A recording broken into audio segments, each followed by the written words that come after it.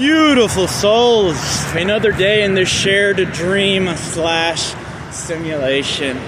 I wanted to tackle a really interesting and awesome question I got in the comments from my last video. I believe his name was Philip Wilk. Thank you for this. So basically, to sum up, I feel the question was, how does one balance the I am, right? Unity, consciousness, right? I am the creator, right? Whilst still being ego mind, right? Yes, I can realize all these things, yet I'm still in here, right? Things are still happening to me, right? How does one navigate that very tricky line of internal switching throughout life events? Okay, so just let me slow down here for a bit. Let me gather some words. So before I tackle how I personally do this within my simulation, I just wanted to quickly summarize how my internal switch, my paradigm completely shifted. It all started many years ago. I'd say about 4 or 5 years ago. My very first video I posted, I remember I was just learning about things, right? Since I was a child, I was always curious and wanted to know, what is reality? What is life? Why are we here, right? So you start asking others, right? And you start realizing no one really has the answers, right? It's like, wow, interesting. So nothing, this is when I realized nothing outside of myself is going to save me. So this is when I started researching, right? I was very against the whole concept of God. I was like, how can it be a bearded man in the sky? How's he gonna, why is he judging me? Right? So it was tough navigating. The ego mind is constantly searching for truth without you really knowing it.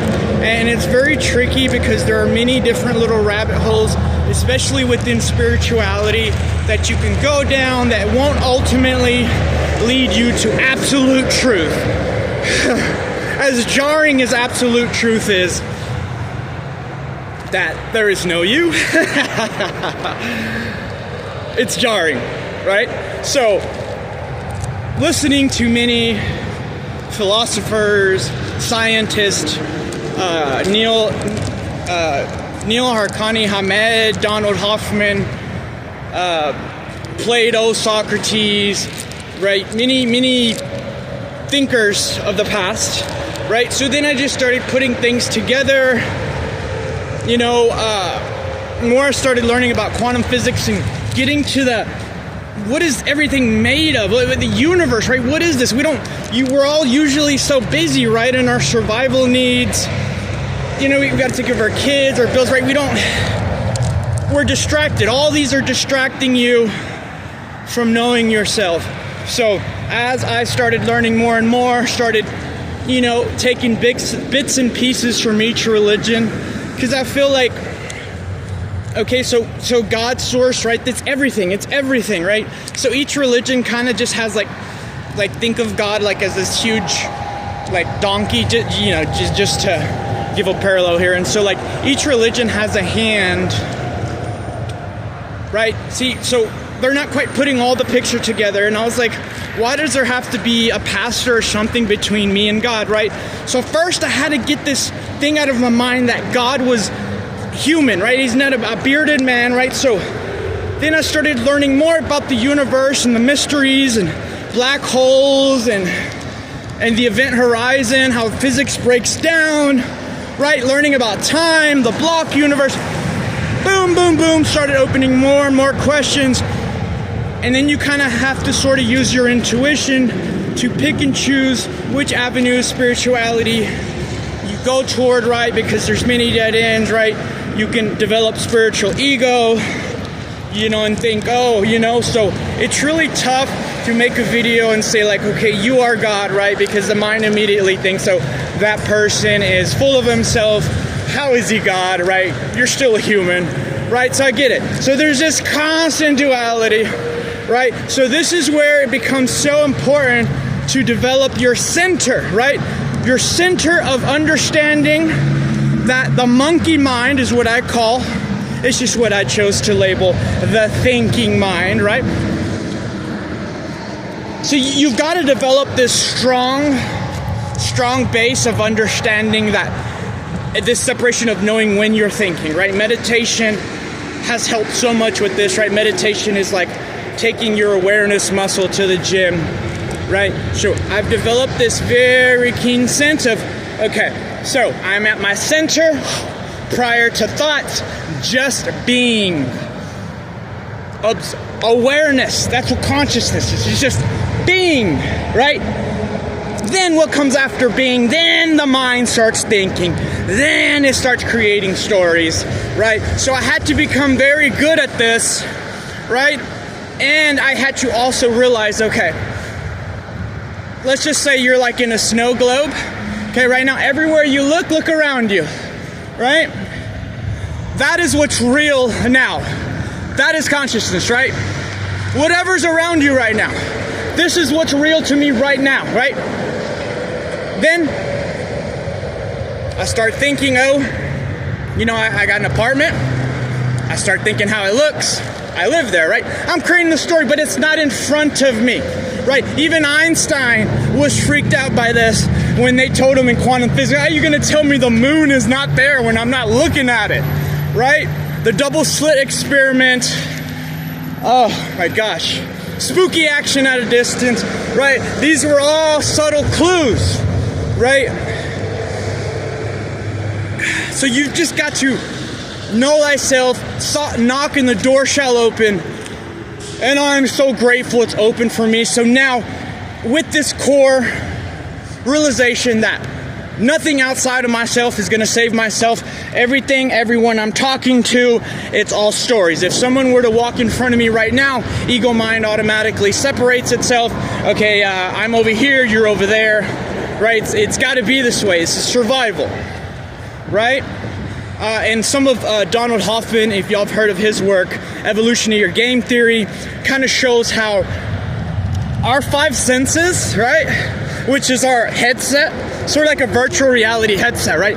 I can smell, I can touch, I can see. Ooh, this all must be real. It must feel so real because sort of like God consciousness is like a trickster at its core. It's a shapeshifter, right? It's putting itself within its own dream to explore itself. And this is why you've got to notice patterns, right? There's patterns in nature.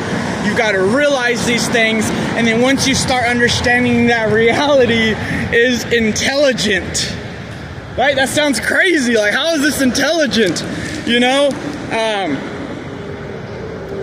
So each day, how I work on this, how I maintain this constant balance of survival human needs with this knowing who I am, who I truly am, right?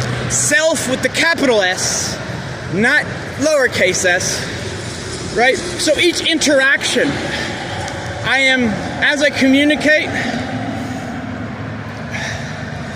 you start, it's sort of like, how can I explain this? So you're you're parsing out what is bullshit, right? So as soon as the thinking mind starts thinking, judging, projecting, don't give it so much of your energy, right? It's gonna happen, I'm human, right?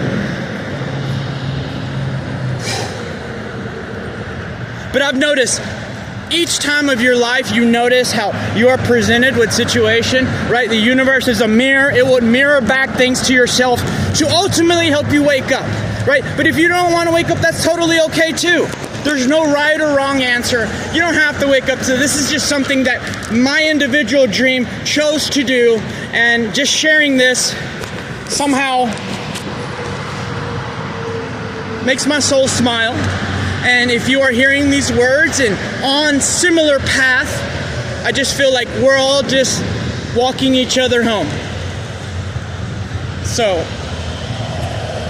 I know this seemed like I get really excited and I jump all over the place, but I mean, at the end of the day, you can study everything you want about spirituality. You know, you hear gurus, they won't quite tell you. They will dance around the fact, right, that the you've created your whole life and that all you know has never existed, right? So to a lot of people who are very egotistical, they just can't accept this. No, I'm this way, right? And there's nothing wrong with that, right? We are each unique expressions of the divine. So being awake, awakened, enlightened doesn't automatically make you this pushover, you know, oh, love. Of course, love is a facet of awakening. Although, to me, love is not the Valentine's Day, oh, blah, blah, blah, I love you. No, love is the true understanding that I am you. So, God is self-love, right? The shapeshifter. So, it's always between you and your individual thoughts, if you notice it throughout your whole life. It's always been that way.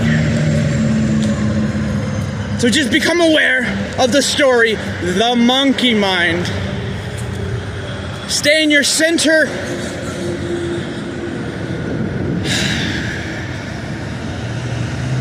And eventually you will realize this. And it's been extremely freeing to my character. I now no longer blame anything else on how I'm feeling. I'm realizing that my internal feelings are arising, right? So if I meet someone and they make me angry, I try to get very metaphysical with, okay, what about them is making me angry, right? It's all about getting metaphysical with everything, dissecting your mind, your thoughts, right? This brain is in the dark. It doesn't know anything, right? So it's trying to just make guesses, right? The brain, it's like a set-top box, a frequency of consciousness. We're tuned in. We 99.1, 99.3, right? This is freeing. Thank you for that beautiful question. And I attempted to answer it. Hopefully it made sense. But it's just a constant every day of your life. Every little choice you make. Is it a low conscious choice or high conscious? Are you bettering the chatter in your own mind? That's all that's real. If you want to use that word, real.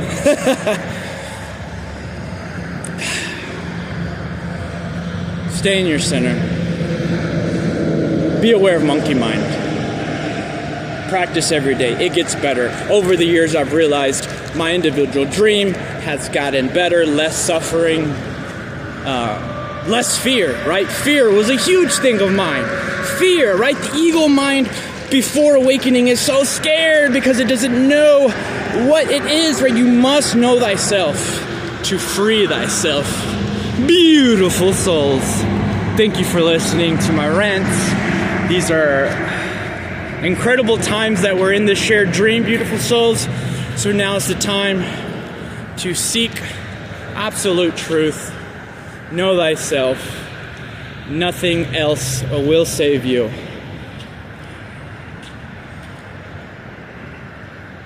Stay in your center.